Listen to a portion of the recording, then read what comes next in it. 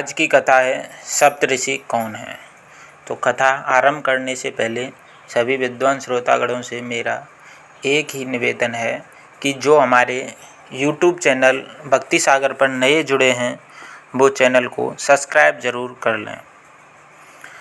भगवान विष्णु के 10 अवतार बताए गए हैं। इनमें पहला अवतार मत्स्य का था। कथा प्रचलित है कि मत्स्य अवतार के समय इस धरती पर जल प्रलय आया था। उस समय राजा मनु के साथ सप्तऋषि एक विशाल नाव में सवार थे और मत्स्य अवतार में भगवान विष्णु ने इन सभी के प्राणों की रक्षा की थी।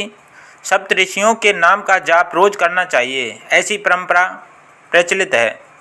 उज्जैन के ज्योतिषाचार्य पंडित मनीष शर्मा के अनुसार हर साल भाद्रपद मास के शुक्ल पक्ष की पंचमी को ऋषि पंचमी कहा जाता है।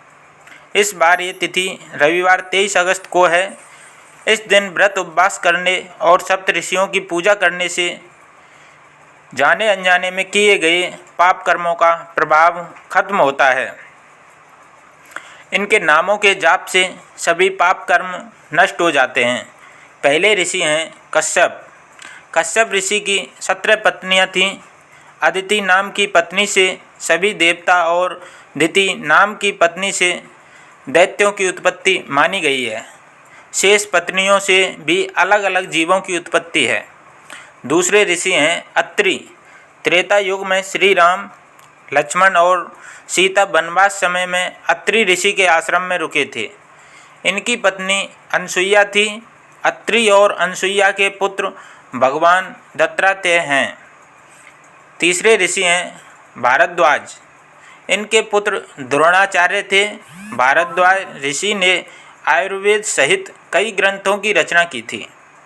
चौथे ऋषि हैं विश्वामित्र। इन्होंने गायत्री मंत्र की रचना की थी। भगवान श्री राम और लक्ष्मण के गुरु थे। विश्वामित्र ही श्री राम और लक्ष्मण को सीता के स्वयंवर में ले गए थे। विश्वामित्र जब तप कर रहे थे तब मेनका ने इनका तप भंग किया था। पांचवें ऋषि हैं गौतम। अहिल्या गौतम ऋषि की पत्नी थी। गौतम ऋषि ने ही श्राप देकर अहिल्या को पत्थर बना दिया था। श्री राम की कृपा से अहिल्या ने पुनः अपना रूप प्राप्त किया था। छठे ऋषि हैं जमदग्नि। जमदग्नि और रेणुका के पुत्र भगवान परशुराम। परशुराम ने पिता की आज्ञा से माता रेणुका का सिर काट दिया था। इससे जमदग्नि प्रसन्न हुए और वर मांगने के लिए कहा था। तब परशुराम ने माता रेणुका का जीवन मांग लिया। जमदग्नि ने अपने तप के बल से रेणुका को फिर से जीवित कर दिया था। सातवें ऋषि हैं वशिष्ठ। त्रेता युग में ऋषि वशिष्ठ राजा दशरथ के चारों पुत्र राम, लक्ष्मण, भरत और शत्रुघ्न के गुरु थे। तो कैसी लगी कहानी? अगर अच्छी लगी हो तो एक लाइक, शेयर और सब्सक्राइब करना ना भूलें। धन्यवाद।